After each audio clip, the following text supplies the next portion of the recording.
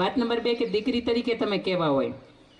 2 દીકરીઓ, અમરેલી જિલ્લાનું એક નાનકડું ગામ કે જેની અંદર રણછોડભાઈ આપણા પટેલ સમાજનો કિસ્સો કે જેની અંદર આજથી 28 વર્ષ પહેલાની આ ઘટના છે.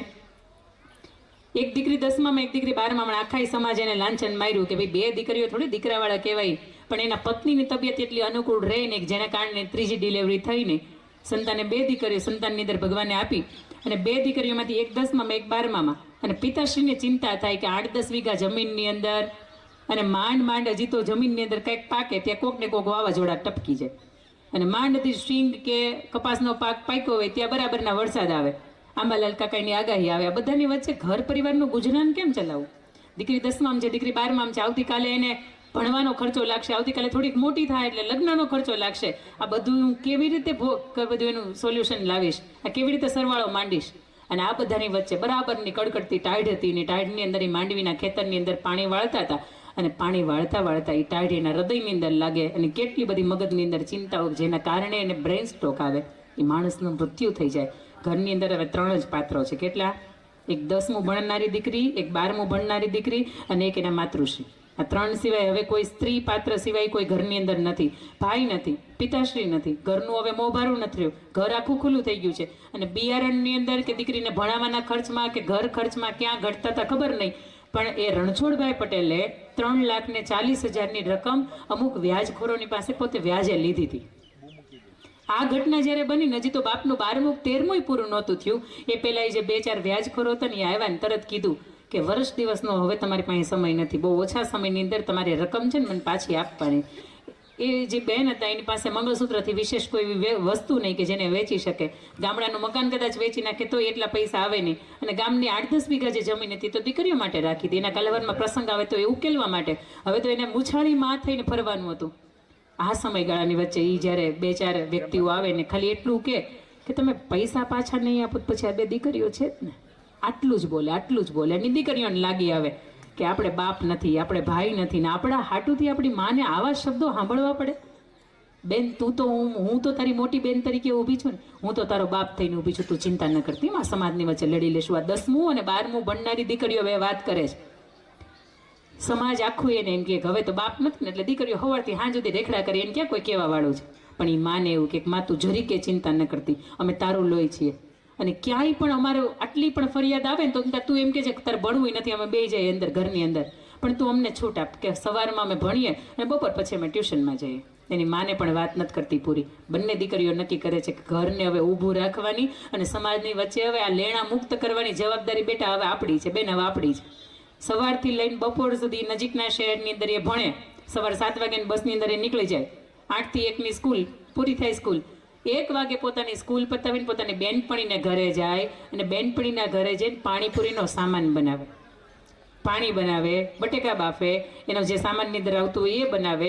બંને બહેનો બુકાની પહેરે, બહુ કાળા બુરખા હોય એ પહેરે અને એ બંને બહેનો એક રેકડી લઈને આખા શહેરને પાણીપુરી ખવડાવવા માટે નીકળી જાય.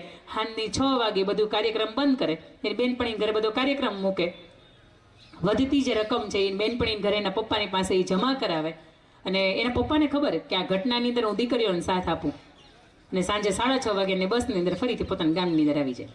મમ્મીને એવું કે હા મમ્મી અમે સરસ હોમવર્ક કર્યું, અમે સરસ ટ્યુશન ચાલે છે, અમારી ફી અમે જાતે ભરી દઈ, ચિંતા નથી, કાંઈ ચિંતા નથી. વર્ષ પૂરું થવાની તૈયારી હજી છે. આ જૂનની અંદર આ બનેલી જૂન પછી આ અંદર બનેલી આ ઘટના કે રણછોડભાઈનું દેહાંત થયું અને ફેબ્રુઆરી મહિનો આવે અને ફેબ્રુઆરી મહિનાની અંદર હવે માર્ચની અંદર 2ની પરીક્ષાઓ આવવાની હતી કે મમ્મીને હવે વાત કરી દઈ. આખી જેટલા મહિનાની અંદર એને કામ કર્યું છે એનો હિસાબ કરે. હિસાબમાંથી 4,70,000 રૂપિયાની કમાણી એને કરી છે, ન ખર્ચો કાઢતા એનું ટોટલ મારે. અને એ પછી પોતાના દફતરની અંદર લઈને આવે ને એના મમ્મીને એવું કે મમ્મી પેલા વ્યાજખોરો હતા ને એને બોલે નહીં બેટા, એને તો જોઈએ ને તોય આપણે ધ્રુજારી છૂટી જાય, આપણી પાસે તક સગવડતા જ નથી, આપણી પાસે વહીવટ જ નથી, આપણે બોલાવી જ ન કે કદાચ હું મારું મંગળસૂત્ર આપી દઉં તો એ રકમ નથી ભરપાઈ થાય એમ, બેટા તું આવું કેમ કહે છે? નહીં મમ્મી તું બોલાય.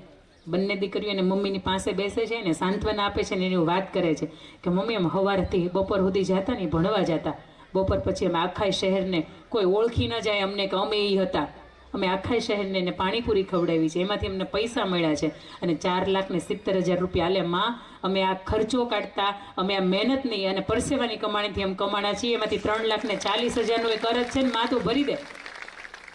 એ વ્યાજખોરો આવ્યા એને 3,40,000 રૂપિયાને માએ મોઢા ઉપર માર્યા, લઈને વયા ગયા. એ પછી દીકરીઓ ભણી એને લગ્ન જાતે કર્યા અને આટલી બધી પોતે સક્ષમ હતી છતાંય તેની માતાએ કીધું ને એ ઠેકાણે લગ્ન કર્યા અને આજે એ આખો પરિવાર કેનેડાની અંદર સ્થિત છે. આ દીકરીઓ તમને મને એવું કહે છે કે જેથી માથે બાપની આબરૂ ન હોય, બાપની એક ઢાંકણું ન હોય, ભાઈની હાજરી ન હોય, આ બધાની વચ્ચે તમારી ઉપર કોઈ ધ્યાન રાખવાવાળું ન હોય ને તમને આમ છૂટો દોર મળી જાય ને તમે હારો લાગે એ કરો, પણ નહીં. આ દીકરીઓ તમને મને એવું શીખવાડે કે જે દિવસે બાપને ભાઈની હાજરી ન હોય ને તેથી જીવનની અંદર કદાચ આવું કામ કરવું પડે ને છતાંય સમાજને શું ખબર પડે, પણ તમે તમારા પરિવાર માટે આટલું સ્ટેન્ડ બની શકો ને આને દીકરીઓ કહેવાય. ત્રીજી વાત, દીકરી કેવી હોય? ભાવનગરની અંદર, સુભાષનગરની અંદર ઝીણાબાઈ ભરવાડને ઘેર પ્રસંગ છે. દીકરાના દીકરીના લગ્ન છે. દીકરાની જાન આવતીકાલે જવાની છે અને ઢમક ઢમક ઢમક કરતા આજે ઢોલ વાગતા હોય અને દીકરીના માંડવા નખાઈ ગયા હોય, મામેરા વધાઈ ગયા હોય અને એક બાજુ દીકરી સરસ મજાના દુલ્હનના રૂપની અંદર બેઠી હોય અને એવા સમયગાળાની અંદર જાન આવવાની હોય. પરિકલ્પના કરો, આ જાન આવવાની છે ને ઘરને આંગણે પ્રસંગ છે એટલે કેટલો સુંદર મજાનો પ્રસંગ હશે. આવા સમયગાળાની અંદર જે દીકરીના લગ્ન થવાના હતા હેતલબેનના, એ દીકરીને એટેક આવી જાય અને એનું પ્રાણ પંખેડું ઉડી જાય. આવા સમયગાળાની અંદર પંચ નક્કી કરે કે આપણે આ જાનને પાછી ન જવા દેવાય, કારણ કે પાછી જાય ને તો એના અપશુકન કહેવાય. તો આપણે એ જાનને શું કરી શકાય? તો કે મારી મોટી દીકરીને ઈશ્વરે જે કરવું હોય એ કર્યું, એનો નિર્ણય મારી મોટી દીકરીનો ઈશ્વરે લીધો, પણ નાની દીકરીનો હું નિર્ણય લઉં છું કે આ જાનની અંદર ઘૂંઘટ તાણીને મારી નાની દીકરી છે ને એને હું પરણાવું છું. આ વાત આખી જાહેર થઈ ને ત્યારે નાની દીકરીને કહેવામાં આવ્યું, બેટા દુલ્હન બનવાની તૈયારી કરો, કારણ કે આ લગ્ન હવે તમારે કરવાના છે. એની બેનપણીઓ એવું કીધું કે તું કહેતો ખરા તને પાત્ર ગમશે કે નહીં, તું કહેતો ખરા કે તને ઘર ગમશે કે નહીં, આજ સુધી તેને જીજાજી કીધા છે, આવતીકાલથી તારે ભરતાર થશે, તું એને કહેતો ખરા પણ તારા પિતાશ્રીને વાત તો કર તને ગમશે કે નહીં. અને તે દિવસે દીકરી બહુ મજાની વાત કરી હતી કે બેનની આ ઘટના બન્યા પછી મારા બાપે ખાલી મારું જીવન માંગ્યું છે અને મારા પ્રાણ પણ માંગી લીધા હોય ને તો મારે આપી દેવાનું હોય, કારણ કે મારા બાપ જે ઠેકાણા ગોતે ને એમાં મારે પૂછવાનું જ ન હોય. જે ઠેકાણું એને મારી બેન માટે જોયું હતું એ ઠેકાણું કદાચ એને મારા માટે ગોઈતું છે, મારે એને પૂછવાનું જ ન હોય. સાહેબ, આજના સમયમાં આજથી 2023ની અંદર બનેલી આ 26 ફેબ્રુઆરીએ બનેલી આ ઘટના તમને મને એમ કહે છે કે બાપ તમારી પાસે તમારા પ્રાણ નથી માંગતા, તમને પૂછીને કહે છે, તમને 1000 વખત પૂછે ઠેકાણું ગમે છે, ઘર ગમે છે, અને છતાંય તમે તમારા તરફથી આવો અમને પ્રતિસાદ મળે. અને વાત નંબર 4 કે દીકરી કેવી હોય? 1857નો એ સમય, અંગ્રેજોએ બરાબરની આપણી ગુલામીની અંદર આપણા ભારત વર્ષને ચીપટામાં લીધું છે. આ સમયગાળાની વચ્ચે મહુવાની બાજુમાં પિથલપર કેળાળા એક ગામ, અને ગામની અંદર એક 12 વર્ષની દીકરી પાણી ભરીને આવતી હોય અને પાણી ભરીને આવે એટલે માથા ઉપર તમે જોયું હશે, તમે પાણી ભર્યું છે તમને ખબર છે, 15 લીટરની ગોળી હોય, કાખની અંદર એક ગાગર છે અને એ ગોળીને ગાગર લઈને જેવી પોતે આવતી હોય, રૂપરૂપના અંબાર જેવી અપ્સરા જેવી લાગતી એ દીકરી, અને એને જોઈને ગોળા અંગ્રેજ અધિકારીની નજર એની ઉપર બગડે કે આવી દીકરીના લગ્ન થાય ને તો ખડેલ આભને ટેકા દઈને આવા સંતાનો આપણી ઘરે જન્મ થાય, આની યાર લગ્ન કરવા છે. દીકરીની નજીક જાય, પોતાના ઘોડા ઉપરથી નીચે ઉતરે અને દીકરીનું આમ કરી આમ બાવડું પકડે કે મારે તારી લગ્ન કરવા છે. અને આવા સમયની અંદર એ દીકરીની અંદર ખુમારી સમજો 12 વર્ષની છે, મારો છે એનું કામ છે. 12 વર્ષની એ દીકરી ને માથા ઉપર ગોળી હોય, 15 લીટરની એ પાણી ભરેલી વજનવાળી ગોળી, તમે એમને એકલા ઉપાડે ને તો પેટની અંદર આટી ચડી જાય, તો એ તો 15 લીટર વજનવાળી છે.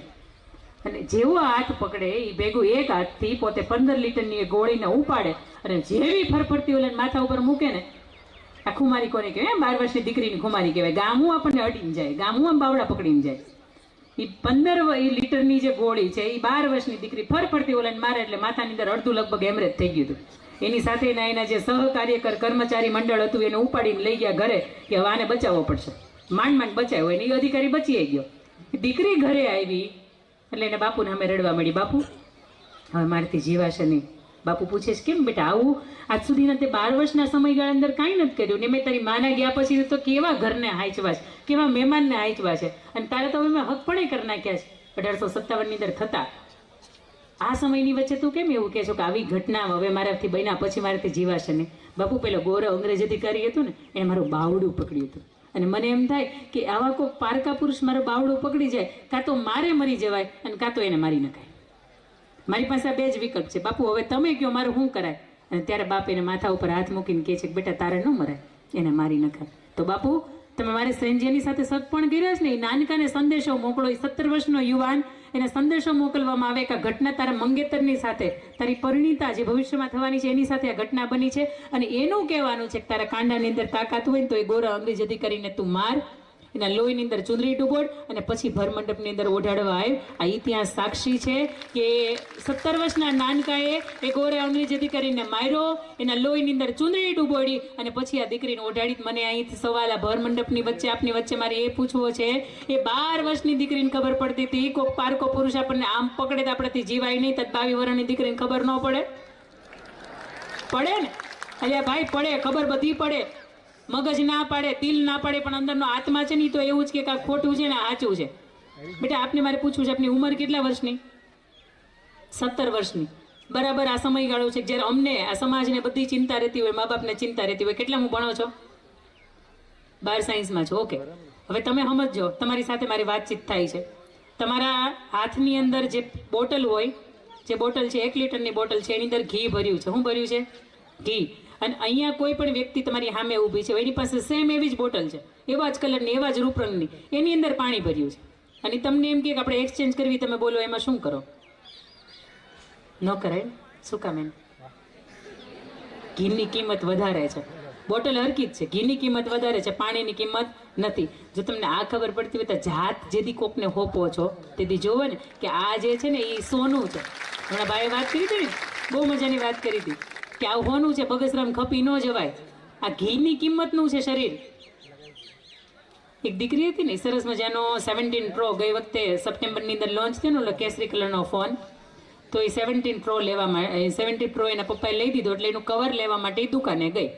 અને દુકાનવાળા કાકાને કીધું કાકાનું એટલું સરસ મજાનું કવર બતાવો કે મારા ફોનના આગળના ભાગની અંદર ગ્લાસમાં સ્ક્રેચ ન પડે અને પાછળની એની બોડીને તો આમ જરી કે કાંઈ ન થાય એવું સરસ મજાનું કવર આપો. એટલે કાકાએ પહેલાં એ દીકરીને આમ સામું જોયું, પછી એને કવર આપ્યું. તો એ કવર કે આવું નહીં કાકા, સરસ મજાનું કવર આપો કે થોડુંક 200-500 હજારનું કદાચ આવતું હોય તો મને કિંમતી કવર આપો, કે આ તો તૂટી જાય, આ તો બગડી જાય, આ કાચ તો તૂટી જાય. અને તે દિવસે કાકા એવું કહે છે કે બેટા કેમ? તો કે અમારે 2.5 લાખ રૂપિયાનો ફોન છે, કે થોડું કંઈ થવું જોઈએ.